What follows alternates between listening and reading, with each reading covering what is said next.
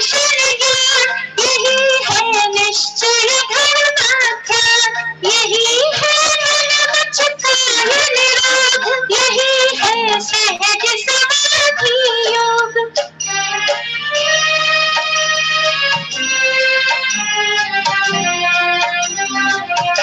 सहज जीवन है सहज समाधि, न जिसमें आदि व्याधि उपाधि। समाधि है सुखमय जीवन, मरण का उससे क्या संबंध। समाधिमय जीवन में देहांत, सुनिश्चित क्रम नियमित अनुसार।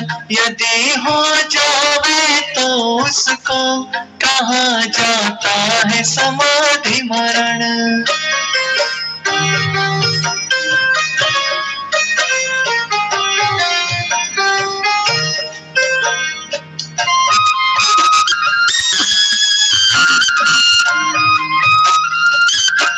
सहज संभावमय जीवन, समाधि का है सम्यक रूप। मोह क्षोभ रहित संभाव, सहज ही अद्भुत और अनूप। समाधि धारण करके बंधु मेरे जीवन का करे सुधार। मरण का एक समय का पार, मरण का कैसे करे सुधार।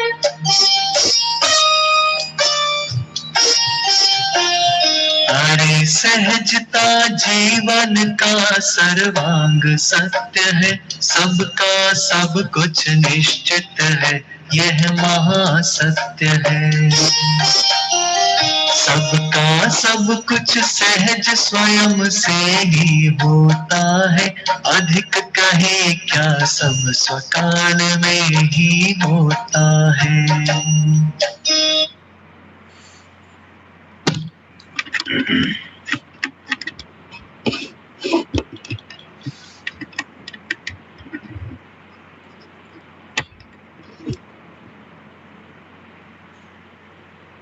हाँ चाचा जी, आप प्रारंभ कर दीजिएगा।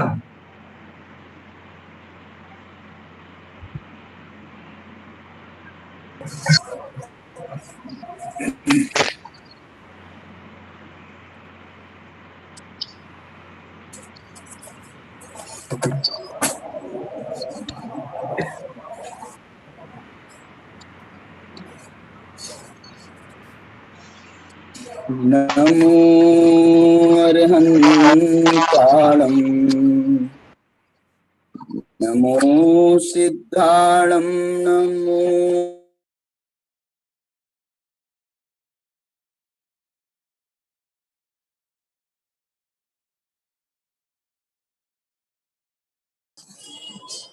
नमो लोये सवसाहूणम्,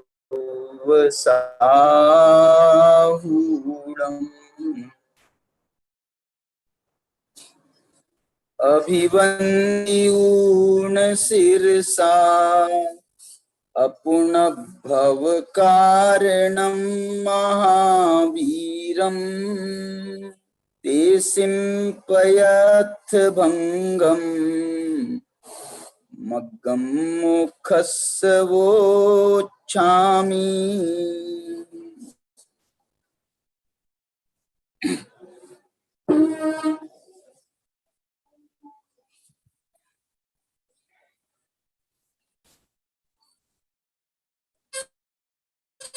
मोक्ष मार्ग की चर्चा यहाँ चल रही है और उसके अंतर्गत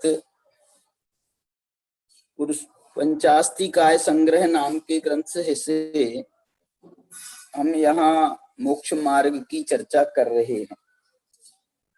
पंचास्तिकाय संग्रह में 105 गाथा से 173 गाथा तक ये मोक्ष मार्ग की बहुत विस्तार के साथ में चर्चा की गई है, जिसमें 9 तत्वों की चर्चा को भी इसी के अंतर्गत लिया गया है। उसी रेफरेंस में हम 9 पदार्थों की या 9 तत्वों की चर्चा करते हुए हम यहाँ 142 गाथा पर पहुंचे हैं और 142 गाथा के आधार पर हम यहाँ चर्चा कर रहे हैं। इसमें जो है संवर तत्व की चर्चा चल रही है, इसलिए मैं सबसे पहले आपसे पूछना चाहता हूं कि अपन अभी 2 दिन से इसकी चर्चा कर रहे हैं, संवर शब्द का अर्थ क्या है? आप लोगों में से कोई भी हैंड रेज कर सकता है और संवर शब्द का अर्थ बताओ मुझे। संवर माने क्या?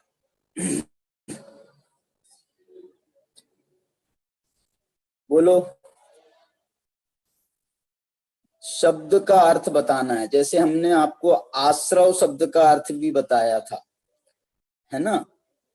जीव जीव के तो सामान्य अर्थ हैं ही, आश्रव का हमने आपको अर्थ बताया था, संवर का अर्थ आपको बताया था, निर्जरा का अर्थ आपको बताया था। संवर शब्द का अर्थ बताइए। कोई बात नहीं है, यदि कम ज्यादा भी होगा, सही थोड़ा सा गलत भी होगा, तो हम अपन उसको सुधारेंगे।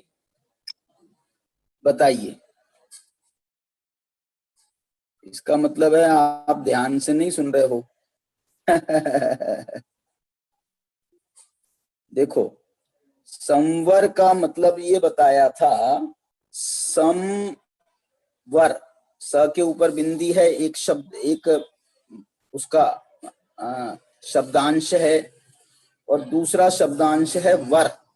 सम का मतलब होता है सम्यक प्रकार से, और वर का मतलब होता है वरण करना, स्वीकार करना। मैंने आपको सगाई शादी से कितना विस्तार से समझाया था। वर, वर, सम्यक प्रकार से वरण करने का नाम संवर है। इसका एक दूसरा अर्थ भी है, जो आश्रव है ना, आश्रव के निरोध का नाम संवर है। तो उस अपेक्षा से जो आश्रव को बंध के द्वार कहा जाता है, तो ये जो संवर है, ये उस बंध के द्वार को बंद करने वाला है। तो संवर माने सम्यक प्रकार से आवरण डालने वाला, सम्यक प्रकार से दरवाजे को बंद करने वाला। तो आवरण डालने का अर्थ भी इसमें आता है। तो आश्रव की अपेक्षा से ये आश्रव के द्वार को बंद करने वाला है, तो उसको संवर कह रहे हैं। और मोक्ष मार्ग की अपेक्षा से यदि हम डायरेक्ट बात करें, तो जो सम्यक प्रकार से अपनी शुद्धात्मा का वर्ण करता है, जो सम्यक प्रकार से अभेद रत्नत्रय को स्वीकार करता है, उसे कहते हैं संवर। संवर का प्रारंभ सम्यक दर्शन के साथ में होता है, क्योंकि सम्यक दर्शन के बिना ये जो संवर का दरवाजा है ये खुलता नहीं है। संवर का जो प्रवेश द्वार है वो सम्यक दर्शन से इसका प्रारंभ माना गया है। इसकी अपन चर्चा कर रहे हैं। अभी मैंने कल आपको एक प्रश्न और दिया था आखिरी में, और वो ये प्रश्न दिया था कि इसमें पहली गाथा, 3 गाथाएं हैं संवर अधिकार में। पहली गाथा तो पाप के आश्रव का निरोध कर बताने वाली गाथा है। उसके लिए तो उन्होंने ये कहा था, भैया ये प्रकरण पापाश्रव का चल रहा था, तो उसके कारण से हमने पापाश्रव के निरोध रूप संवर की बात करी। फिर 142 और 43 गाथा में उन्होंने ये बताया कि ये 142 गाथा जो है ये सामान्य संवर की गाथा है, सामान्य संवर के स्वरूप को बताने वाली गाथा है। सामान्य संवर स्वरूपाख्यानम एतत्, सामान्य से संवर के स्वरूप की कथा बताने वाली, आख्यान करने वाली गाथा जो है 142 है। और 143 गाथा जो है ये विशेष रूप से संवर के स्वरूप का आख्यान करने वाली ये गाथा है। देखो, सामान्य और विशेष में क्या फर्क है, ये मैंने आपको भी कोर्स दिया था और मैंने स्वयं के लिए भी कहा था कि मैं भी इसको बहुत अपनी तरफ से कंफर्म नहीं हूं। मैंने भी इसका बहुत विचार किया और विचार करने के बाद में मुझे जो समझ में आया है और इसमें से जो रहस्य कुछ निकलते नजर आ रहे हैं वो बड़े अलौकिक नजर आ रहे हैं। बल्कि तीनों गाथाओं को यदि हम जोड़ करके देखें, 3 गाथाएं कह रहे हैं। आपके पाप आश्रव को रोकने वाली गाथा, फिर सामान्य संवर को बताने वाली गाथा, फिर विशेष संवर को बताने वाली गाथा। एक प्रश्न खड़ा होता है, आपको भी होना चाहिए, कि जब उन्होंने पाप का आश्रव का संवर करने वाली, पापाश्रव को रोकने वाली गाथा कही थी, तो फिर उनको पुण्याश्रव को रोकने वाली भी गाथा कहना था। तो आप बोलोगे साहब कही तो है ना, 142 और 143 दोनों गाथाओं में उन्होंने पुण्याश्रव को रोकने वाली गाथा कही, लेकिन इन गाथाओं में पुण्याश्रव को अलग से रोकने वाली गाथा नहीं कही। इन गाथाओं में 42 और 43 दोनों में उन्होंने दोनों प्रकार के आश्रवों से को रोकने की बात कही है। जैसे देखो 142 गाथा आपके सामने है यहाँ पर स्क्रीन पर, सुहम अशुहम, नाशवदी सुहम अशुहम, वो जो है शुभ का भी नाश करता है और अशुभ का भी नाश करता है। कौन नाश करता है? समसुह दुखस भिक्षुस, जो समता भाव रखते हैं ऐसे साधु, जो सुख और दुख में समता भाव रखते हैं ऐसे साधु शुभ और अशुभ दोनों कर्मों का आश्रय करते हैं। इसी प्रकार से 143 गाथा में भी आप देखो तो उसमें अलग से पुण्याश्रव का निरोध करने वाली गाथा नहीं कह रहे।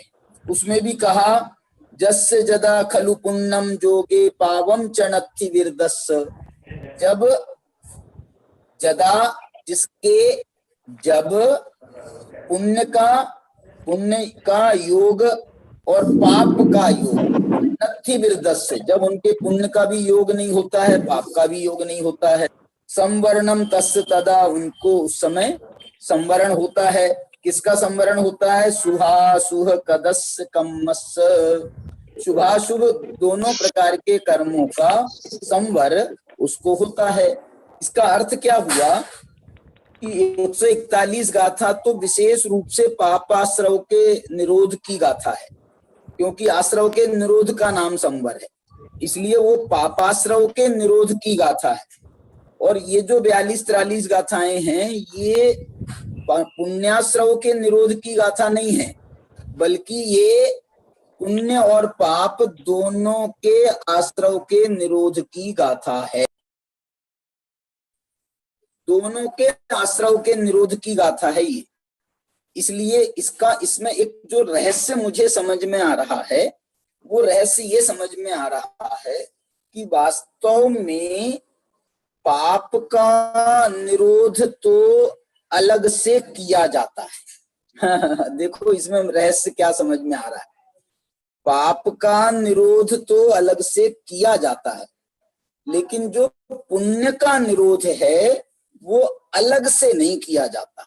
पुण्य का निरोध तो जब हम शुद्धोपयोग के परिणाम में रहते हैं, समता भाव के परिणाम में रहते हैं, तो उस समता भाव के परिणाम में शुद्धोपयोग के परिणाम के द्वारा शुभ और अशुभ दोनों कर्मों का निरोध स्वयमेव होता है। माने शुभ कर्मों का निरोध स्वयमेव होता है, ये सिद्ध हो रहा है। और पाप कर्मों का माने पापाश्रमों का निरोध बुद्धि पूर्वक किया जाता है, ये सिद्ध हो रहा है। माने दोनों में बहुत महत्वपूर्ण बात आ रही है, क्योंकि उनने पुण्याश्रव, मेरा यही तो प्रश्न था कि पुण्याश्रव का निरोध करने वाली गाथा कहो। जब पापाश्रव, पुण्याश्रव और पापाश्रव दो भेद हैं आश्रव के, आश्रव के निरोध का नाम संवर है। पापाश्रव के निरोध आपने करा दिया, पुण्याश्रव का भी निरोध कराओ। तो बोले पुण्याश्रव का निरोध अलग से नहीं होता है। जब हम शुद्धोपयोग परिणाम करते हैं तो पुण्याश्रव का निरोध स्वयमेव होता है। पुण्याश्रव का निरोध ऐसे नहीं होता है, जैसे मैं उदाहरण के लिए आपको कहना चाहता हूं, जैसे आपके हमारे अव्रत के परिणाम है, तो अव्रत के परिणामों को तो छोड़ने का उपदेश दिया जाता है कि भैया अव्रत के परिणाम छोड़ो, अव्रत के परिणाम छोड़ो, अव्रत के परिणाम छोड़ो। पाप, अव्रत माने 5 पापों से विरक्ति करो, 5 पापों में प्रवृत्ति करना ये अव्रत है, और 5 पापों से विरक्ति करना इसका नाम व्रत है। तो 5 पापों से विरक्ति करो, 5 पापों से विरक्ति करो, ये तो कहा जाता है। लेकिन जब हमने 5 पापों से विरक्ति करके अनुव्रत ले लिए या महाव्रत ले लिए, तो ये नहीं कहा जाता है क्या नहीं कहा जाता है कि अब तुम जो है वो अनुव्रतों को छोड़ो, अब तुम महाव्रतों को छोड़ो, ऐसा कहा जाता है? ऐसा ना कहा जाता है और ना किया जाता है। वास्तव में तो महाव्रतों में छोड़ो वाली बात नहीं है। उसमें तो हम जैसे अभी व्यवहार व्रतों, अनुव्रतों में और महाव्रतों में हैं, तो उस व्यवहार महाव्रत की स्थिति में हम उसको व्यवहार को निश्चय में परिवर्तित करते हैं, व्यवहार को निश्चय में परिवर्तित करते हैं। माने अब अभी हम व्यवहार के विकल्प कर रहे थे कि ये नहीं करना, ये नहीं करना, ये हिंसा नहीं करना, झूठ नहीं करना। अरे तुम तो अपने स्वरूप में रहो तो हिंसा स्वयमेव नहीं होगी, झूठ स्वयमेव नहीं होगा, चोरी स्वयमेव नहीं होगी। माने पापों से विरक्ति अपने आप हो जाएगी, देखना। और ये नहीं होगा, और जो है जो तुम्हारा व्यवहार व्रत है, तो ये निश्चय व्रत का जब आप पालन करोगे तो व्यवहार व्रत भी स्वयमेव हो जाएगा। मैं एक बात बोलूं आपको, आपने व्यवहार व्रत छोड़े क्या? बोलो। जब आप स्वरूप में गए, निश्चय व्रत आपने धारण किए, तो आपने व्यवहार व्रत छोड़ दिए क्या? ये व्यवहार व्रतों का छोड़ना नहीं है, ये व्यवहार व्रतों का निश्चय में परिवर्तन करना, ये व्यवहार व्रतों को छोड़ना नहीं है। इसमें व्यवहार व्रतों का तो बल्कि उत्कृष्टता से पालन होता है। जब हम निश्चय व्रत का पालन करते हैं तो व्यवहार व्रतों का पालन और उत्कृष्टता से हो जाता है। क्यों? क्योंकि आपने हिंसा की क्या, आपने झूठ बोला क्या? देखो, आप यदि देखो मुनिराज है, समिति का पालन करते हैं तो वो व्यवहार समिति कहलाती है। तो वो व्यवहार समिति में क्या करते हैं? 4 हाथ जमीन देख करके चलते हैं। तो ये जो 4 हाथ जमीन देख करके चल रहे हैं, इसमें उनका ये व्यवहार समिति है। लेकिन मैं ये कहता हूं वो 4 हाथ जमीन देख करके और कितने ही देख देख करके चले मुनिराज भी, तो भी जो सूक्ष्म जीव हैं, उन सूक्ष्म जीवों की हिंसा से बच सकते हैं क्या? सूक्ष्म जीव जो हैं, हवा में उड़ करके कोई जीव उनके पांव के नीचे आ जाए, और मैं बोलता हूँ सूक्ष्म जीवों को पांव के नीचे आने की जरूरत भी नहीं होती है। सूक्ष्म जीव तो आप रास्ते चल रहे हो और आपके शरीर से टकराएंगे, जोर के हवा चल रही है, आपके शरीर से टकराएंगे तो वही बेचारे उसमें ही मर जाएंगे। माने उनका जो है, उनका तो उनको रोका नहीं जा सकता। अब देखना, चलते हुए आप व्रतों का, समितियों का पालन करते हुए भी आप वो हिंसा से नहीं बच पा रहे हैं। लेकिन यदि आपने सामायिक किया, आप स्वरूप में लीन हो गए, आप अपने स्वरूप में स्थिर हो गए, आपने जो है वही मैंने जो कहा आपको समता भाव सामायिक किया, शुद्धोपयोग में लीन हो गए, तो शुद्धोपयोग चलते फिरते नहीं होगा। शुद्धोपयोग आप स्थिर होगे तो शुद्धोपयोग होगा, और उस सामायिक की अवस्था में जो आपका व्रत है, अहिंसा व्रत, उसका पालन होगा कि नहीं होगा? अरे होगा, और वो ईर्या समिति से चलने वाले मुनिराजों की अपेक्षा भी ज्यादा अच्छे से होगा। यदि आप चलोगे ही नहीं तो जो है ना, उसमें हिंसा का कोई प्रश्न ही नहीं आएगा। आप शुद्धोपयोग में लीन रहो। आप देखो, झूठ, जब हम व्रत लेते हैं तो झूठ बोलने का त्याग करते हैं। झूठ बोलने का त्याग किया आपने, तो आपने सच बोलने का माने व्रत लिया। लेकिन जब आप शुद्धोपयोग में लीन हो तो आप ना झूठ बोल रहे हो ना सच बोल रहे हो। लेकिन मैं ये कह रहा हूं, इसमें वो जो झूठ बोलने का त्याग है वो पल रहा है कि नहीं पल रहा? जब आप शुद्धोपयोग में, झूठ बोलने का त्याग भी अच्छे से पल रहा है। अरे हमने बोला ही नहीं, बोलेंगे तो झूठ बोलने का प्रसंग आएगा। जब बोला ही नहीं तो आप झूठ बोलने का प्रसंग कहां से आएगा? ऐसा जो है, इनमें शुद्धोपयोग में तो बहुत अच्छे से ये जो है ना, इसका पालन उत्कृष्टता से पालन होता है व्रतों का। इसलिए इन्होंने व्रतों के होने वाले आश्रव का निरोध करने का अलग से नहीं कहा, यद्यपि उसके माध्यम से होने वाला भी आश्रव का निरोध तो करना है, लेकिन वो आश्रव का निरोध 142-43 में जब उन्होंने समता भाव का उपदेश दिया, सम सुख दुखस भिक्षुस, जब उन्होंने सुख दुख में समता धारण करने वाले भिक्षुओं का उदाहरण दिया, और ये 143 में उन्होंने पुण्य पाप को नहीं करने वाले विरत का उदाहरण दिया, तो जो है उससे उनका वो निश्चय व्रत का पालन भी हुआ और व्यवहार व्रत का पालन भी उत्कृष्टता से हो गया। ये इसमें एक बहुत अच्छे समझने का इसमें विषय था। अब चलिए मैं आपको 142 और 43 में सामान्य संवर और विशेष संवर का अंतर जो मैंने समझा है उसको आपको बताने का मैं प्रयास करता हूं। गाथा अपन पढ़ते हैं, उसके बाद में उसकी चर्चा करते हैं। देखो 142वीं गाथा है, जस्न विज्जदि रागो दोषो मोहो वसवदवेषु नासवदि सुहम असुहम सम सुह दुःखस् भिक्षुस्। देखो आप इसका अर्थ सुनो, आपको समझ में आना चाहिए कि इसमें सामान्य बात कौन सी है और उसमें विशेष बात कौन सी है। देखो इसमें क्या कह रहे हैं, जिसके न विज्जति, जिसके नहीं रहता है, जस न विज्जति, जिसके नहीं रहता है। क्या नहीं रहता है? रागो, राग नहीं रहता है। और क्या नहीं रहता है? दोषो, द्वेष नहीं रहता है। और भी कुछ नहीं रहता है क्या? हाँ, मोहो, मोह भी जिसके नहीं रहता है। किस से बताओ, किस से? तो जवाब दिया सब द्रव्येषु। वाह, सब द्रव्यों के प्रति, सब द्रव्यों से, सब द्रव्यों में जिसको न राग है, न द्वेष है, न मोह है। सब द्रव्यों, मतलब मैं ये कहता हूं सब द्रव्यों का कहने का बड़ा विशेष इंटेंशन है, माने एक पदार्थ भी नहीं छोड़ा। एक पदार्थ बताओ अच्छा मेरे को, इसमें सर्व द्रव्यों में जो हमारे पाप के निमित्त हैं, स्त्री पुत्र कुटुंब परिवार, वो आए क्या नहीं आए? बोलो सब द्रव्यों में राग द्वेष मोह नहीं करता है, तो इसमें स्त्री पुत्र कुटुंब परिवार आया कि नहीं आया?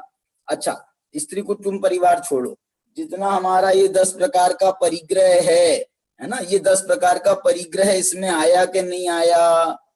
सारी दुनिया आ गई। अच्छा, इसमें एक बात बताओ, ये तो नहीं आए, लेकिन जो मुनिराज हैं तो इनमें सर्व द्रव्यों के प्रति राग द्वेष मोह नहीं करना ऐसा कहा, तो मुनिराज हैं, संघ में रहते हैं, तो साधुओं के जो उनके साधु हैं, साधर्मी, उनके जो साधु हैं, संघस्थ दूसरे साधु हैं, उनके प्रति राग द्वेष मोह आएगा कि नहीं आएगा? उनसे राग करें कि नहीं करें? वो तो हमारे गुरु भाई हैं। अरे गुरु भाई छोड़ो, गुरु आचार्य स्वयं आचार्यों से राग करें कि नहीं करें? बोलो, ना उनसे राग करें और द्वेष नहीं करें। द्वेष माने जैसे हम लोग तो द्वेष किसी से भी करते हैं, लेकिन मुनिराज का जैसे हम कहें कि जो कुगुरु हैं, कुशास्त्र हैं, कुदेव हैं, उनसे द्वेष करें क्या नहीं करें? बताओ मेरे को। बोले जब उनने कह दिया सब द्रव्येषु, सब द्रव्यों से राग द्वेष मोह नहीं करना, तो वो कुगुरु कुदेव कुधर्म से राग द्वेष मोह करना आएगा कि नहीं आएगा? ये रागियों के लिए बोला जाता है कि उनसे राग मत करो। द्वेष का उपदेश कभी नहीं दिया जाता है कि द्वेष करो। देखो ये तो कहा जाता है राग मत करो, लेकिन द्वेष करो ये बिल्कुल नहीं कहा जाता है, कभी नहीं कहा जाता किसी के प्रति भी। ये तो व्यवहार में बोल रहा हूं मैं, लेकिन निश्चय में तो राग भी मत करो। और गुरु कुदेव कुधर्म से राग तो मत करो, सच्चे देव शास्त्र गुरु से भी राग मत करो। देव शास्त्र गुरु ये सब दव्य में, दव्येषु में बोलो आएंगे कि नहीं आएंगे? देव शास्त्र गुरु आएंगे कि नहीं आएंगे? पंच परमेष्ठी आएंगे कि नहीं आएंगे? ये जिनवाणी माता जिसके सहारे हम बात कर रहे हैं, ये जिनवाणी माता आएगी क्या नहीं आएगी? ये आचार्य कुंद कुंद भगवान जिनसे हम ये सीख रहे हैं, इनसे राग करें क्या नहीं करें हैं? बोलो। कुंद कुंद भगवान खुद कह रहे हैं सब द्रव्येषु, सब द्रव्यों से जिसको ना राग है, ना द्वेष है, ना मोह है, ऐसे साधु जो संभाव रखने वाले हैं सुख दुख में, नासवदी सुहम अशुभम, वो जो है न आसवदी, वो न शुभ कर्मों का आश्रव करते हैं और न अशुभ कर्मों का आश्रव करते हैं। देखो, नाशवदी का एक अर्थ और हो सकता है, नाश्रवती माने आश्रव नहीं करते हैं। नाशवदी का दूसरा अर्थ क्या हो सकता है? दूसरा अर्थ इसका निकल सकता है नाशयति वे शुभ अशुभ दोनों प्रकार के भावों का अभाव करते हैं, नाश करते हैं, नष्ट करते हैं। ये भी अर्थ निकलेगा नाशवदी से। यहाँ तो आश्रव का प्रकरण है, इसलिए यहाँ पर नाश्रवती ऐसा अर्थ किया है, लेकिन नाशवदी से प्राकृत सब भाषा है तो उसमें से वो भी निकल सकता है अर्थ। नाशवदी माने नाश करते हैं। क्या करते हैं नाश? वो ना शुभ करते हैं ना अशुभ करते हैं। क्यों नाश कर दिया उनने? अरे उनने राग द्वेष मोह का नाश किया क्या नहीं किया? बोलो। जस्य न विद्यति रागो दोषो मोहो सबद्रव्येषु, तो उन्होंने तो राग द्वेष मोह का नाश किया, उनका नाश किया, इसलिए उनको शुभ अशुभ का आश्रव नहीं होता है। सम सुख दुखस्य भिक्षुस, ये इसका एक सामान्य अर्थ है, ये 142 गाथा का। ठीक है, अब 143 गाथा का मैं आपको डायरेक्ट अर्थ बताता हूं पहले, फिर मुझे ये बताना है कि सामान्य संवर क्या है और विशेष संवर क्या है, ये अभी बाद में बताता हूं। अभी आप विचार करो, खुद आप भी विचार करो, आपसे विचार करने को लगा रहा हूं। 143 गाथा निकालना भैया। देखो पेज नंबर 205 पर और नीचे थोड़ा, हाँ ये जस जदा खलु पुण्यम जोगे पावम चरणथि विरदस संवरणम तस्य तदा सुहासुह कदस्य कम्नस। देखो वहां ये कहा था नाशवदी, और उसके लिए यहाँ पर दूसरा शब्द दिया संवरणम। देखो वहां नास्ती से कहा था न आश्रवती, माने आश्रव नहीं करते हैं। तो आश्रव नहीं करते हैं तो क्या करते हैं? बोले संवरणम, संवर करते हैं, क्योंकि आश्रव के निरोध का नाम संवर है। तो जो है ना, ये दोनों में भाषा बदली, वहां पर कहा नाश्रवती और यहाँ कहा संवरण, भाषा बदला है। वहां क्या कहा था? जिनके राग नहीं है, द्वेष नहीं है, मोह नहीं है और सर्व द्रव्यों के प्रति नहीं है, ये बात उन्होंने कही थी। यहाँ क्या कह रहे हैं? इसमें से निकालना है आपको विशेष संवर के स्वरूप की बात निकालना है कि इसमें विशेष संवर के स्वरूप की बात कहाँ आई।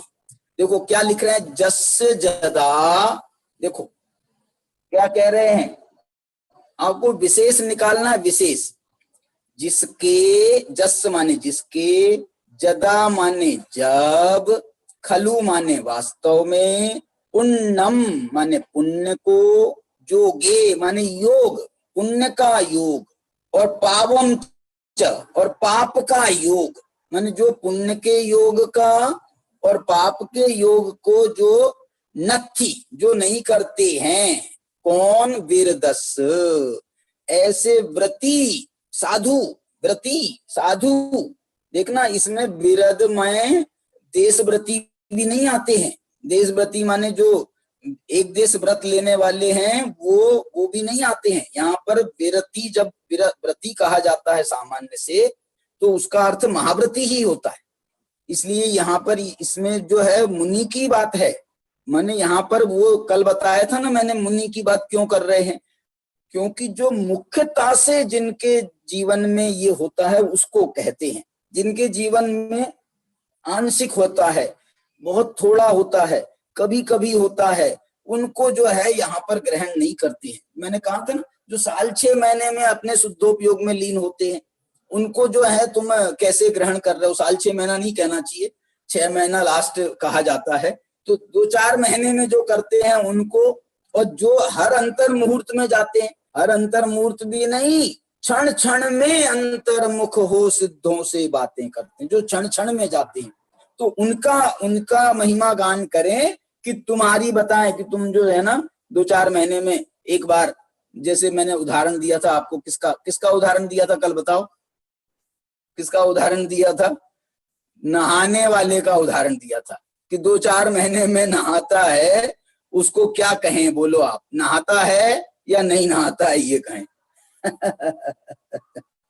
2-4 महीने में जो नहाता है उसको क्या कहें सामान्य से? ये नहाने वाला है कि नहीं नहाने वाला है? अरे ऐसे बरसात आदि का समय हो तो उसमें तो मुनिराज भी भीग जाते हैं। रास्ते चलते जा रहे हो, गमन कर रहे हो और बरसात गिर जाए तो उनका भी शरीर भीग जाता है, ऐसा तो नहाना उनका भी हो जाता है, लेकिन वो नहाते नहीं, बुद्धि पूर्वक नहाने की बात है। तो यहाँ पर जो है, और इनका जो नहाना है कैसा नहाना है मुनिराज का? देखो मुनिराज आप बोलते हो नहीं नहाते हैं, हम तो कह रहे हैं हर क्षण क्षण में नहाते हैं, क्षण क्षण में अंतर्मुख हो सिद्धों से बातें करते हैं, क्षण क्षण में नहाते हैं माने अपने स्वरूप में जाते हैं, तो वहां स्वरूप में जाते हैं तो स्वरूप निर्मल है, तो अंदर से पर्याय में भी वो निर्मलता निकाल करके लाती है। अंदर में नहाते हैं तो बाहर में भी फ्रेश हो जाते हैं। वाह क्या बात है। इसलिए जो है, जो क्षण क्षण में नहाने वाले हैं उनको कह रहे हो ये नहीं नहाते। और जो 6.5 महीने में नहाने वाले हैं तुम, वो कह रहे हम तो साहब नहाते हैं, हम तो नहाते हैं, मुनिराज नहीं नहाते। ये व्यवहार की बातें जो है ऐसी ही हैं। देखो मैं यहाँ ये कहना चाह रहा हूँ कि ये वृत्ति की बात तो ठीक है, वो तो मैंने समझाया उसका। ये कहना चाह रहे हैं जस जिसके जदा जब पुण्य और पाप योग नहीं होते हैं विरति के, संवरणम तस्य तदा, उसके संवरण होता है। किसके संवरण होता है? उसके, जिसके पुण्य पाप योग नहीं होता है उसके संवरण होता है। कब होता है? जब पुण्य पाप योग नहीं करता है तब, तदा सुहासुहस कदस्य कम्मस, माने शुभ और अशुभ कर्म का वो संवरण करता है। शुभ और अशुभ, पुण्य के निमित्त से शुभ कर्म का आश्रय होता है, पाप के निमित्त से अशुभ कर्मों का आश्रय होता है। इसलिए जब पुण्य पाप दोनों नहीं करते हैं तो शुभ और अशुभ दोनों प्रकार के कर्मों का आश्रय नहीं होता है, दोनों प्रकार के कर्मों का संवरण होता है। ये बात यहाँ पर इन्होंने बताई। देखिए अब जो है, मैं आपको अब दूसरी जो बात इसमें बताना चाह रहा हूं, जो अपन जिसके लिए ये विशेष चर्चा कर रहे हैं कि 142 गाथा और 143 गाथा में सामान्य संवर में और विशेष संवर में क्या अंतर है। मेरी गाड़ी तो वहीं अटकी है, आप चाहो तो इसके लिए मैं एक और प्रयोग करता हूं, और वो प्रयोग ये है कि इसकी जो टीका है अमृतचंद्राचार्य की, वो टीका को अपन पढ़ते हैं।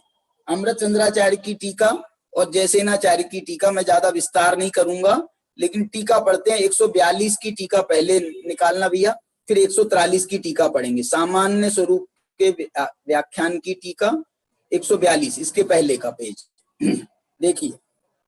142 में उन्होंने ये लिखा है टीका में, देखो हाँ, तो इसका जो है हिंदी नीचे का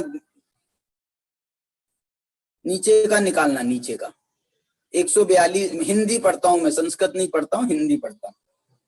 यह सामान्य रूप से संवर के स्वरूप का कथन है, बस यह सामान्य रूप से संवर के स्वरूप का कथन है। प्रश्न कहाँ खड़ा हुआ है? ये सामान्य रूप से संवर का कथन क्यों है, ये इस पर अपन विचार कर रहे हैं। जिसे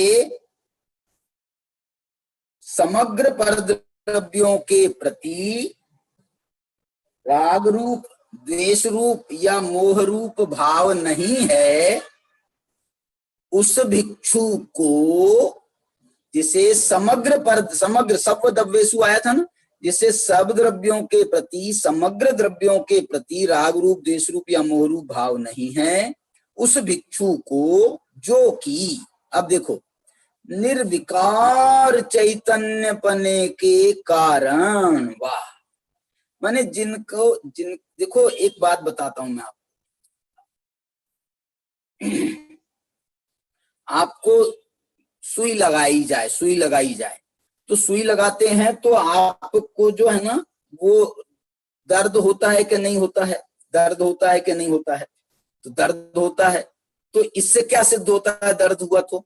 बोले इससे ये सिद्ध हुआ कि जो है ना आप जो है जी रहे हो चैतन्य है आप में, आपको सुई लगने से आपको दुख की अनुभूति हो रही है, इसका मतलब है कि आपको अभी फर्क नहीं पड़ रहा है, आप जो है ना चैतन्य है, आप में चैतन्य है।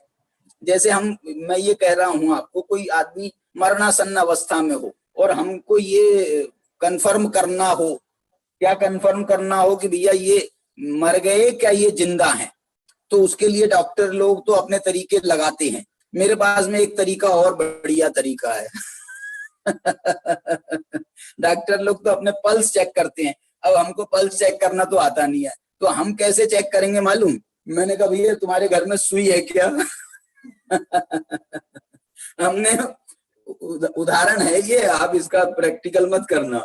तो जो है सुई है क्या, सुई से हमने उनको जो मरणासन्न व्यक्ति है ना उनको सुई चुभाई, सामान्य से नहीं थोड़ी जोर से चुभाई तो उनमें हमको चंचलता आई, उनका शरीर ऐसा हिला, ऐसे चौंके। तो मैं आपको ये पूछना चाहता हूं आप क्या निर्णय करोगे कि ये जो मरणासन्न व्यक्ति था ये मर गए कि जिंदा है? जिंदा है। क्या निर्णय करोगे, मर गए कि जिंदा है? सुई चुभाई आपने तो इससे ये सिद्ध हुआ ना कि ये अभी मरे नहीं है, ये अभी जिंदा है। इसका अर्थ यही है कि दुख में भी चैतन्य की अनुभूति तो होती है, चैतन्य पना तो पता चलता है कि दुख भी हो रहा है, इसलिए इसको जो मालूम सराग स्वसंवेदन कहा जाता है। दुख को, दुख सुख माने राग द्वेष को अनुभव करने वाला, सुख दुख का अनुभव करने वाला, वो जो है वो सराग स्वसंवेदन उसको कहा जाता है। लेकिन यहाँ जो संवेदन की बात कह रहे हैं आचार्य, यहाँ जो चैतन्य की बात कह रहे हैं, कौन सा चैतन्य कह रहे हैं? देखो क्या लिखा है, उसके निर्विकार चैतन्य पने के कारण।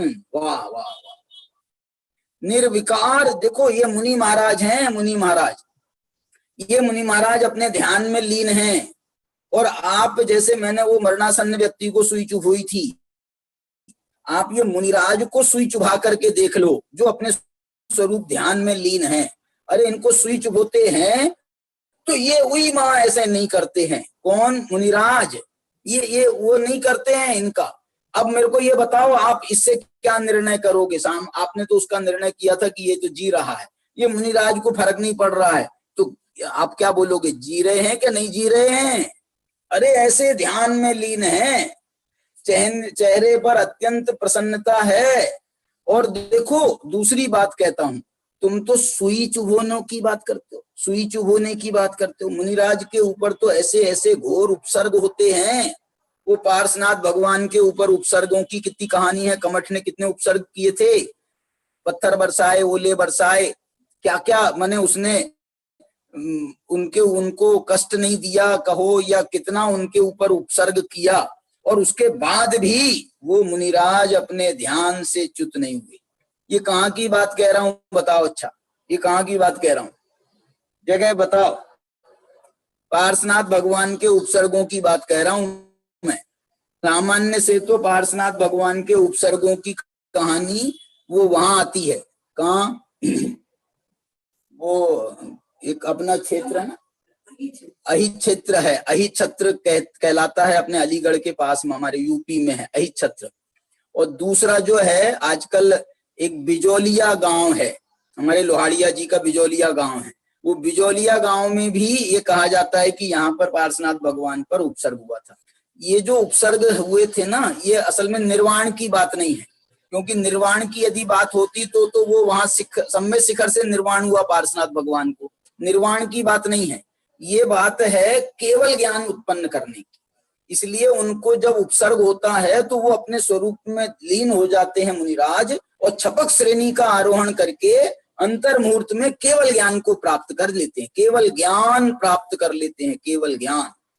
तो ये जो उपसर्ग हुए थे उनके ऊपर, ये अरहंत अवस्था में उपसर्ग नहीं हुए, वहां सम्मेद शिखर में उपसर्ग नहीं हुआ। ये तो जरूर यही दो स्थान जो कहे गए हैं इनमें से कोई होगा। तो वहां उपसर्ग हुए तो उस उपसर्ग में उनने, और मालूम वहां पर बिजौलिया में हमने गए थे तो वहां पर बहुत पत्थर ऐसे गिरे, वहां पर दिखते हैं। उसी जगह पर एक बहुत बड़ी चट्टान है, वहां पर एक बहुत बड़ा शिलालेख भी मिलता है। तो वो जो है वहां पर हमने गांव वालों से पूछा, बोले ये वही वाले पत्थर हैं। हमने बोला कौन से वाले? बोले पार्श्वनाथ भगवान ने पार्श्वनाथ भगवान पे कमट ने उपसर्ग किया था ना, तो उसने पत्थर बरसाए थे, तो ये वही वाले पत्थर हैं बोले। क्या कह रहे? तो ये जो है ना, मैं ये कहना चाह रहा हूं, इतने उपसर्ग होने पर भी वो हिले नहीं। लेकिन बताओ उसमें चैतन्य माने क्या नहीं माने उनमें? अरे केवल ज्ञान उत्पन्न हो गया भाई साहब, ये परम चैतन्य है। इस चैतन्य का क्या नाम कहा इन्होंने? निर्विकार। आहा, ये हमारा जो सुख दुख का चैतन्य है, संवेदन है, ये तो सविकार है। और वो मुनिराज ने निर्विकार चैतन्य पढ़ने के कारण सम सुख दुख हैं। अर्घावतारण असी प्रहारण में सदा समता धरण। उनको कोई अर्घ उतारे या उनका कोई अर्घावतारण असी प्रहारण, अर्घ उतारे या असी का प्रहार करे, तलवार से वार करे, तो भी सदा समता धरण, समता भाव धारण करते हैं। ऐसा ये सम सुख दुख है। उसे शुभ और अशुभ कर्म का आश्रव नहीं होता, परंतु संवर ही होता है। क्योंकि ये शुद्धोपयोग में लीन हुए हैं, निर्विकार चैतन्य पने के कारण शुद्धोपयोगी है, सम सुख दुख है, तो उनको जो है शुभ अशुभ कर्म का आश्रव नहीं होता, संवर होता है। इसलिए यहाँ ऐसा समझना कि मोह राग द्वेष परिणाम का निरोध सो भाव संवर है, और वह मोह राग द्वेष परिणामों का निरोध जिसका निमित्त है, ऐसा जो योग द्वारा प्रविष्ट होने वाले पुद्गलों के शुभाशुभ कर्म परिणाम का निरोध, वह द्रव्य संवर है। इस प्रकार से इन्होंने ये योग द्वारा जो होता है ना, उसको उन्होंने द्रव्य संवर कहा। ये इस प्रकार से ये 142 गाथा में उन्होंने ये इसकी बात कही। अब इसमें देखो, उन्होंने जो उत्थानिका बनाई थी सामान्य रूप से संवर के स्वरूप का कथन करते हैं। अब इनने यहाँ पर टीका पूरी लिखी तो इसमें उन्होंने कोई सामान्य शब्द का प्रयोग नहीं किया, बस उन्होंने तो संवर का स्वरूप बता दिया। अब ये संवर का स्वरूप बताया, अब इसमें सामान्य संवर कहाँ आया? क्यों? क्योंकि अब इसके बाद में 143 गाथा की टीका भी अपन पढ़ते हैं, उसमें विशेष संवर वो बता रहे हैं। तो उस विशेष संवर में ऐसी कौन सी बात आई जो इसको सामान्य संवर कहती है और उन 143 को विशेष संवर कहती है? अब अपन 143 गाथा पढ़ते हैं। देखो 143 गाथा की टीका, गाथा तो पढ़ ली अपन ने, टीका पढ़ते हैं 143 गाथा की। सुदर्शन जी अगला पेज देखो, उसमें हिंदी की टीका अपन देखते हैं नीचे। यह विशेष रूप से संवर के स्वरूप का कथन है। देखो ये आ गई नीचे आपकी टीका, यह विशेष रूप से संवर का स्वरूप का कथन है। अब इसमें आपको ये खोजना है ये विशेष कैसे है, वो सामान्य कैसे था और ये विशेष कैसे है। मैं बहुत उलझा हूं इसमें, बहुत विचार कर रहा, और उसमें जो है जो मैंने निष्कर्ष निकाले वो आपको बताता हूं, लेकिन आपको भी मैं इसमें सोचने के लिए बाध्य कर रहा हूं। देखिए, जिस योगी को विरत अर्थात सर्वतः निवृत्त वर्तते हुए, देखो वहां भी आया था सवदव्येषु, है ना, तो यहाँ पर भी कह रहे हैं जिस योगी को विरत अर्थात सर्वतः निवृत्त वर्तते हुए योग में वचन मन और काय संबंधी क्रिया में शुभ परिणाम रूप पुण्य और अशुभ परिणाम रूप पाप जब नहीं होते, शुभ परिणाम रूप पुण्य और अशुभ परिणाम रूप पाप नहीं होते, तब उसे शुभाशुभ भाव कृत द्रव्य कर्म का, शुभाशुभ भाव कृत द्रव्य कर्म का माने शुभाशुभ भाव जिसका निमित्त होता है, ऐसे द्रव्य कर्म का स्व कारण के अभाव के कारण संभर होता है। वाह वाह वाह। देखो ये जो है ना शुभाशुभ कर्म का जो कारण है ना, वो है ये पुण्य पाप के परिणाम। तो उसके लिए वो कह रहे हैं स्व कारण के अभाव से, ये इनका स्व कारण है। स्व कारण शब्द अच्छा डाला इसमें, स्व कारणाभावात, स्व कारण के अभाव के कारण संभर होता है। इसलिए यहाँ इस गाथा में शुभाशुभ परिणाम का निरोध माने भाव पुण्य पाप संवर, द्रव्य पुण्य पाप संवर का प्रधान हेतु अवधारणा। शुभाशुभ परिणाम का निरोध माने भाव पुण्य पाप का संवर, वो द्रव्य पुण्य पाप संवर का प्रधान हेतु अवधारणा।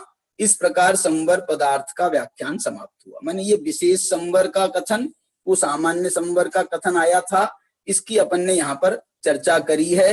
अब इसमें जो है प्रश्न मेरा वही है, क्या प्रश्न है कि आपको ये बताना है कि इसमें सामान्य संवर कैसे आया और विशेष संवर कैसे आया।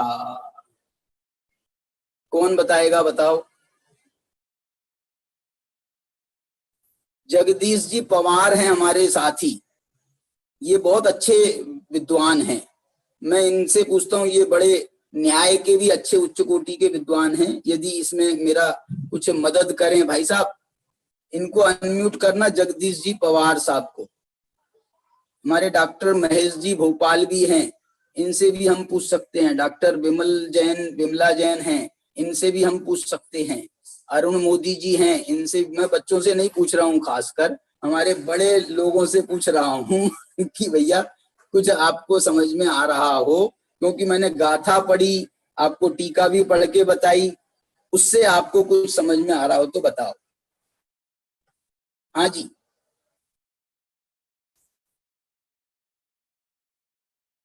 चलो कोई आ नहीं रहा है देखो ये कहना चाह रहा हूं मैं, सामान्य संवर में और विशेष संवर में क्या फर्क है। मैंने इसकी जो है ना जैसेनाचार्य की टीका भी है। जैसेनाचार्य की टीका मेरा ये लैपटॉप में है, मेरे पास में ग्रंथ नहीं है उसका। तो वो जैसेनाचार्य की टीका अभी मैंने पढ़ी भी है, लेकिन अभी लाइट यहाँ की चली गई है तो वो लैपटॉप मेरा बंद हो गया है। बिना बैटरी वाला लैपटॉप है ये तो इसमें जो है वो चल नहीं रहा है, इसलिए जो है मैं उसको देख नहीं पा रहा हूँ उसमें। लेकिन जो आई है बात, वो मुझे उससे मुझे थोड़ा सा इशारा मिला। हाँ, कौन कह रहे हैं? सुदर्शन जी जरा उनको लीजिए, अनम्यूट करिए ना। कौन कोई कुछ कह रहा है? हेलो, चलिए चलिए चलिए, कोई बात नहीं है, किसी की आवाज। जगदीश जी ने अपने को वो किया है। हाँ बोलो जगदीश जी। भाई साहब अभी जुड़ा हूं, मैं बराबर सुन नहीं पाया। अच्छा, ये जो है ना, मैं आपको ये कह रहा हूँ, ये जो पुरुषार्थ 85 काय की 142 गाथा और 143 गाथा, इसकी उत्थानिका में वो ये कह रहे हैं कि ये 42 गाथा जो है ये सामान्य संवर के स्वरूप की है और 143 गाथा कह रहे हैं ये विशेष संवर के स्वरूप की है। तो इसमें क्या अंतर है ये खोजने की अपन कोशिश कर रहे हैं उसके लिए मैंने आपको याद किया था। जरूर आप देखिए। हाँ, ठीक है, आपका यदि कोई भाव बने तो आप फिर से जो है अनम्यूट होना और आप बताना। मैं अपनी तरफ से जो बता रहा हूँ वो मैं आपको बता रहा हूँ। देखिए इसमें जो है संदीप जैनी जी ने फिर से कौन? संदीप जैनी। हाँ संदीप जी बताइए। हाँ संदीप जैनी जी बताइए, अनम्यूट कर दीजिए उनको। बोलो संदीप जी।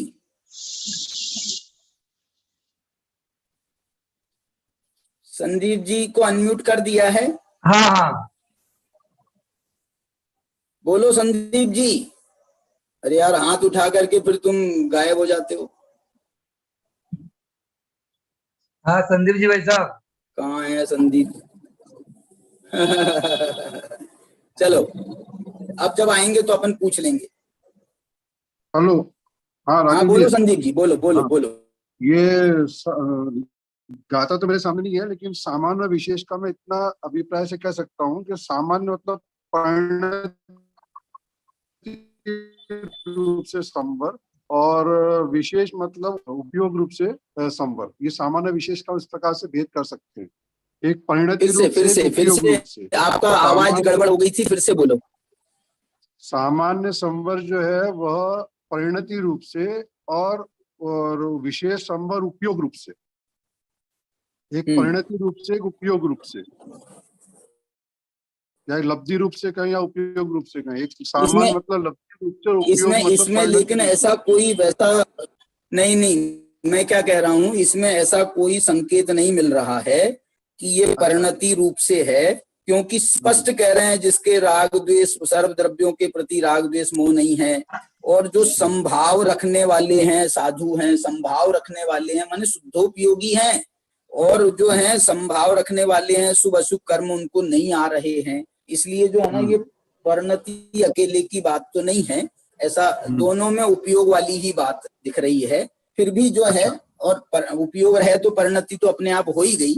इसमें मैं जो समझ रहा हूँ, महेश जी भी हमारे अनम्यूट हुए। बात करें तो क्या चीज? फिर से इसमें जैसे अवग्रह, मान लो बिल्कुल अलग हट करके बात करें, जैसे कि जो अवग्रह होता ना, तो सामान्य संवर को अवग्रह के स्थान पर रखें और विशेष संवर को धारणा के स्थान पर।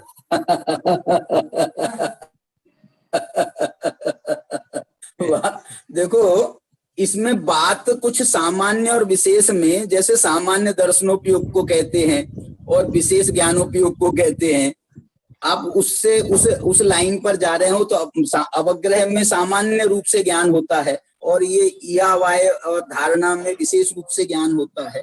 इसलिए वो बात तो माने ठीक है, लेकिन मेरे को इसमें जो समझ में आ रहा है मैं आपको अपना मंतव्य बताता हूँ। चलिए, हमने अपने साथियों से पूछा है, और इस पर जो मुझे प्रतीत हो रहा है वो ये हो रहा है, और जैसेनाचार्य ने इस बात के संकेत किए हैं। मैं जैसेना दो प्रकार से मैं इसमें अंतर बताना चाहता हूँ। पहला अंतर तो ये है कि 142 गाथा राग द्वेष मोह का अभाव करने की गाथा है। इस गाथा के जो सूत्र हैं वो राग द्वेष मोह माने मोहिनी कर्म पर आधारित है। ये माने राग द्वेष मोह का नाश करने की बात कर रहे हैं 142 में, और 143 में पुण्य और पाप योग की बात कर रहे हैं। अरे जैसेनाचार्य ने तो यहां तक लिखा है कि ये 143 नंबर की गाथा है, ये सयोग केवलियों की गाथा है। मेरे पास में वो सामने नहीं है, नहीं तो मैं आपको मूल में पढ़ करके बताता। इसको वो ये कह रहे हैं कि जो योग नहीं कर रहे हैं, और यहाँ पर कह रहे हैं राग द्वेष मोह माने कषाय नहीं कर रहे हैं। तो और आपको मालूम है आश्रव दो प्रकार का होता है। एक होता है कौन सा आश्रव? सांप्रदायिक आश्रव, और दूसरा होता है ईर्यापथ आश्रव। सांप्रदायिक आश्रव तो होता है कषाय सहित वाले जीवों को, और ईर्यापथ आश्रव होता है केवली भगवान को।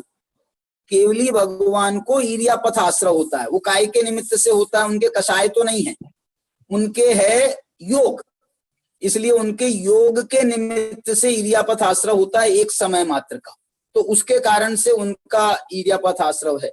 तो ये 143 गाथा को उन्होंने जैसेनाचार्य ने केवली भगवान पर घटाया, और ये जो गाथा 142 गाथा इसको उन्होंने उसको केवली भगवान पे घटाया, माने वो ईर्यापथ आश्रव का नाश करने वाली गाथा है, ईर्यापथ आश्रव का निरोध करने वाली गाथा है।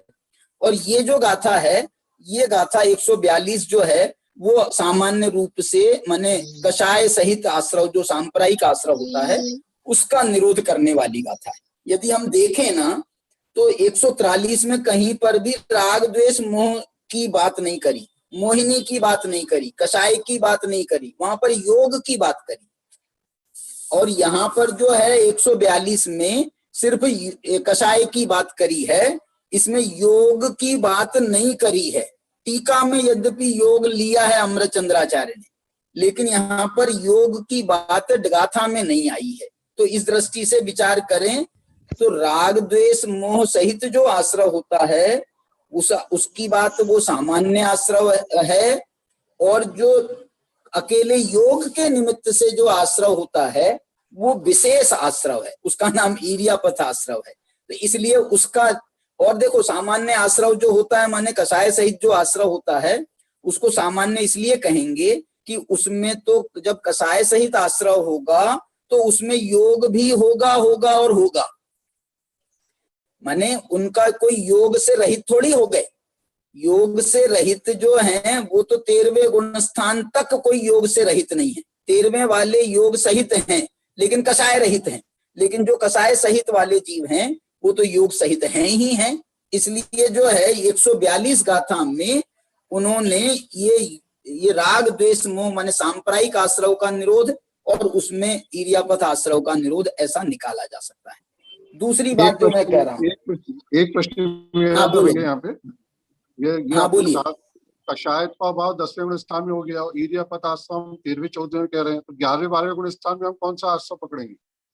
वो 11वें 12वें में उसमें शामिल हो गया भाई, वो तुम 11वें 12वें को भी इसमें शामिल कर लो, ईर्यापथ आश्रम में आएगा वो। 11वें 12वें वालों का भी वो ईर्यापथ आश्रम में ही आएगा, इसलिए उसमें कोई ठीक है, आपकी बात सही है। लेकिन उन्होंने जो है जयसेनाचार्य ने विशेष रूप से सहयोगी जिन ऐसा शब्द का प्रयोग किया है, क्योंकि हमको वो स्पष्ट समझ में आता है वहां पर कि वो। और देखो दूसरी बात कहता हूं, 11वें 12वें वाले जो हैं उनकी प्रवृत्ति, योग की प्रवृत्ति उनको नहीं देखी जाती 11वें 12वें वालों को, लेकिन 13वें वालों को अरहंत अवस्था में, 13वें गुण स्थान में अरहंत अवस्था में बोलते हुए, चलते हुए, फिरते हुए ये देखे जाते हैं। इसलिए जो है उनको योग है और उसके बाद भी उनको आश्रय नहीं है। इनके भी योग तो है, अभाव तो हुआ नहीं है 11वें 12वें में भी, लेकिन योग की प्रवृत्ति नहीं है 11वें 12वें में। शुद्धोपयोग में लीन है, शुद्धोपयोग में लीन 13वें वाले शुद्धोपयोग में लीन है क्या नहीं वो भी विचार कर लो, लेकिन वहां पर योग की प्रवृत्ति बहुत देखी जाती है, उस दृष्टि से यहाँ पर कही है बात। चलिए मैं दूसरा जो कारण मैं बताना चाह रहा था सामान्य और विशेष का, वो ये है कि जो 142 गाथा कह रही है वो सीधा कह रही है कि जिसके राग द्वेष मोह नहीं है, ये सामान्य माने राग का भेद नहीं कर रहे हैं, राग का विशेष नहीं कर रहे हैं, शुभ राग अशुभ राग, द्वेष का भेद नहीं कर रहे हैं, मोह के भेद नहीं कर रहे हैं, और पदार्थों में भी भेद नहीं कर रहे हैं। सवगव्येषु, देखो सब द्रव्यों के प्रति माने उनने कोई अनुकूल है, कोई प्रतिकूल है, कोई अच्छे हैं, कोई बुरे हैं, कोई देव शास्त्र गुरु है, कोई कुगुरु कुदेव कुधर्म है। जैसे हम जो भेद करके बात करते हैं, ये भेद करके कोई बात नहीं कर रहे हैं, ये सामान्य आश्रय, इसको उन्होंने सामान्य रूप माने सबकी बात सामान्य रूप से कही जा रही है। जिसके सब द्रव्यों के प्रति राग द्वेष मोह नहीं होता है उसको शुभ अशुभ कर्म का आश्रय नहीं होता है। देखना, ये उसको शुभ अशुभ कर्म का आश्रय नहीं होता है। उन्होंने कर्मों में तो भेद किए क्योंकि आश्रय दो प्रकार का है, लेकिन भावों में तो उन्होंने उसका कोई भेद नहीं किया।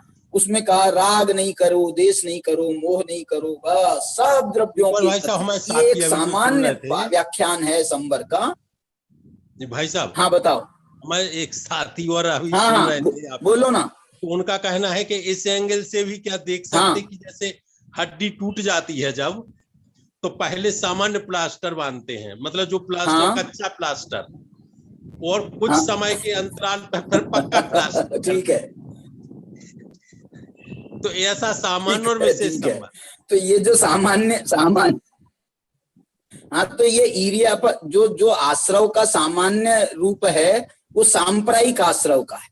सामान्य रूप सामान्य में से योग आश्रव शामिल का जो रहेगा कुल रूप है वो मिला के, कुल मिला के सामान्य नहीं, में योग तो शामिल है लेकिन रहेगा, कषाय सहित कषाय नहीं। सहित। मैं ये कह रहा हूँ हाँ वो कषाय सहित योग है और वो कषाय रहित योग है, इसलिए हाँ उसमें बिल्कुल। वो विशेष हो गया।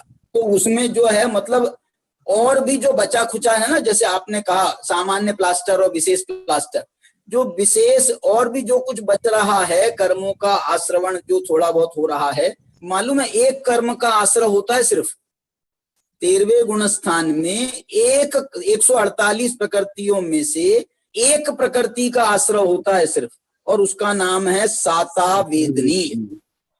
सिर्फ एक प्रकृति का आश्रय है। बोले ये भी क्यों है? और उसके लिए वो मुनिराज मालूम है योग, अभी तो संयोग अवस्था में अभी उनके योग है और उससे साता वेदनी का आश्रय हो रहा है। उसके बाद 13वें गुण स्थान के अंत में योग निरोध करते हैं। देखना ये जो है ना सामान्य 13वें गुण स्थान में योग का निरोध नहीं हो रहा है, माने उनके तो योग की प्रवृत्ति हो रही है। 13वें गुण स्थान में योग की प्रवृत्ति हो रही है और 13वें गुण स्थान के अंत में योग का निरोध करते हैं। उसके लिए महावीर भगवान पावापुरी चले गए, वह उसके लिए उन्होंने बोलना बंद कर दिया, उसके लिए उन्होंने चलना फिरना बंद कर दिया, मन का निरोध तो पहले ही हो गया था। तो ये जो है वो सब किया उनने। और उसके बाद में जब उनका 14वां गुण स्थान आया तब जाकर के योग का अभाव हुआ। 14वें गुण स्थान में योग का अभाव हुआ और वहां पर ये जो सांप्रदायिक आश्रव है, ये सॉरी ये जो इरियापथ आश्रव है वो बंद हुआ। योग निरोध की अवस्था में भी वास्तव में आश्रव का निरोध तो होता है, लेकिन सर्वथा आश्रव का माने रहित पना नहीं होता है। आश्रव से रहित पना तो योग रहित हो तो आश्रव रहित होगी। अभी आपने योग निरोध किया है तो आश्रव का भी निरोध होगा। और उसके पहले जो है आप आश्रव योग कर रहे हो तो खूब आश्रव हो रहा है। सांप्राय कषाय सहित योग कर रहे हो तो फिर बहुत फिर तो घाती कर्म बनेंगे, अघाती कर्म बनेंगे, पुण्य कर्म बनेंगे, पाप कर्म बनेंगे, सब बंधेंगे। तो जो भी बंधने योग्य है वो सब बंधेगा। तो वो जो है वो उसको उसमें भेद कैसा है मालूम? सांप्रदायिक आश्रव के यदि भेद किए जाएं तो उसके भेद 4 प्रकार से किए जा सकते हैं। सांप्रदायिक आश्रव में एक मिथ्यात्व सहित सांप्रदायिक आश्रव, एक मिथ्यात्व रहित सांप्रदायिक आश्रव माने अविरति सहित सांप्रदायिक आश्रव, फिर उसके बाद में प्रमाद सहित सांप्रदायिक आश्रव, माने इसमें मिथ्यात्व और अविरति चले गए तो अकेले प्रमाद सहित सांप्रदायिक आश्रव, फिर बाद में मिथ्यात्व अविरति प्रमाद भी चले गए तो अकेले कषाय सहित सांप्रदायिक आश्रव। तो ये 8वें 9वें 10वें गुण स्थानों में ये कषाय सहित 7वें 8वें 9वें 10वें में ये कौन सा कषाय सहित सांप्रदायिक आश्रव है। इसके बाद में 11वें 12वें 13वें में फिर कषाय रहित इरियापथ आश्रव। तो ये तो देखो ना इन चारों का एक नाम है सांप्रदायिक आश्रव, इसलिए इसको सामान्य कहते हैं। और उसका नाम जो है कषाय रहित हुआ तो उसका नाम बदल गया, उसका नाम बदल के हो गया इरियापथ आश्रम। हाँ कुछ बोल रहे हो?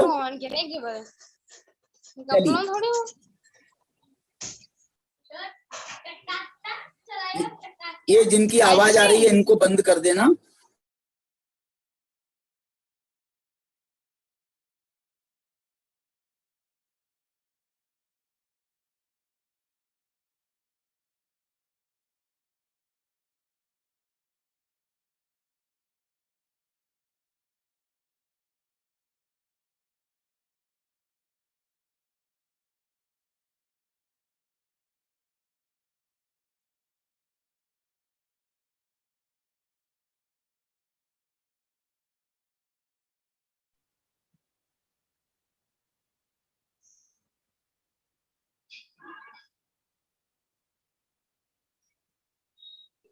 सॉरी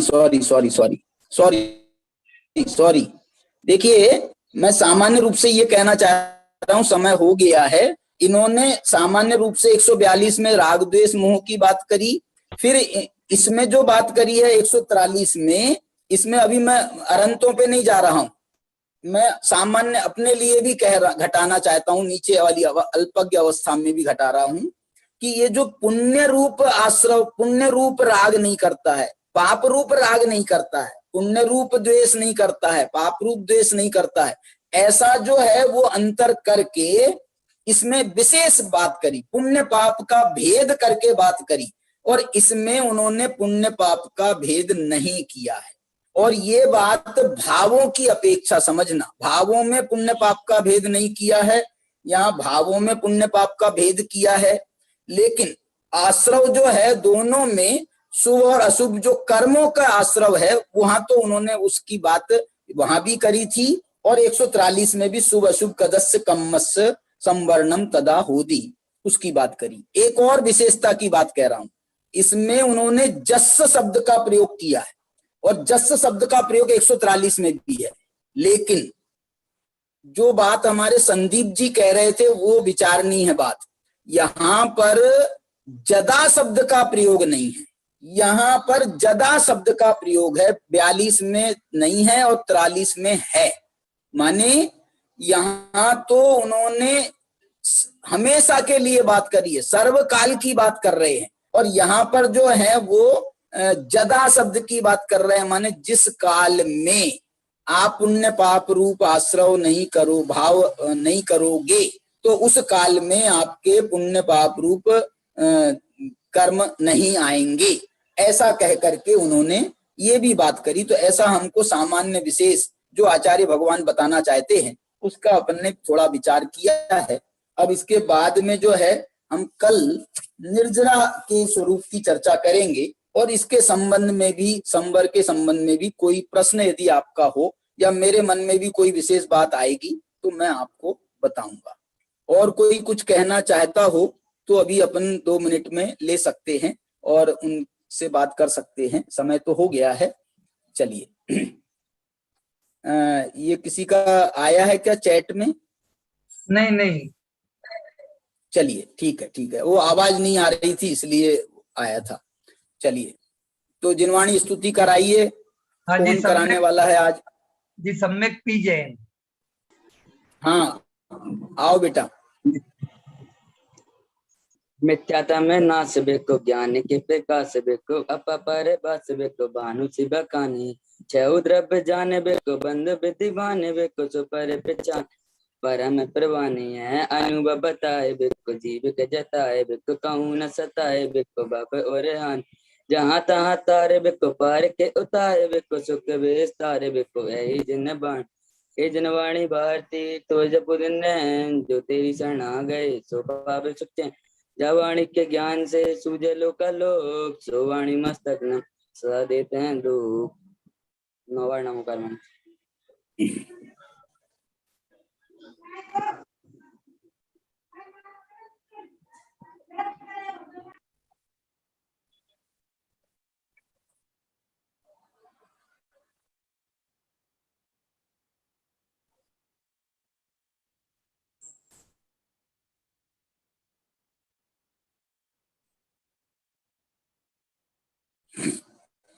जय बोलो द्वादशांग रूपी जिनवानी माता की जय।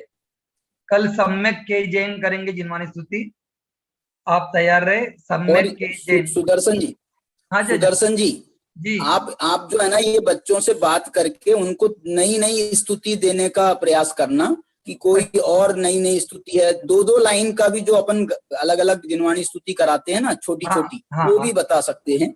और बड़ी जिनवाणी अपने जिनेंद्र अर्चना में बहुत सारी जिनवाणी भक्ति हैं, उनको भी ले सकते हो। और जरूरी नहीं है आप पूरी स्तुति पढ़ो, आप 4 लाइन भी पढ़ सकते हो उसकी।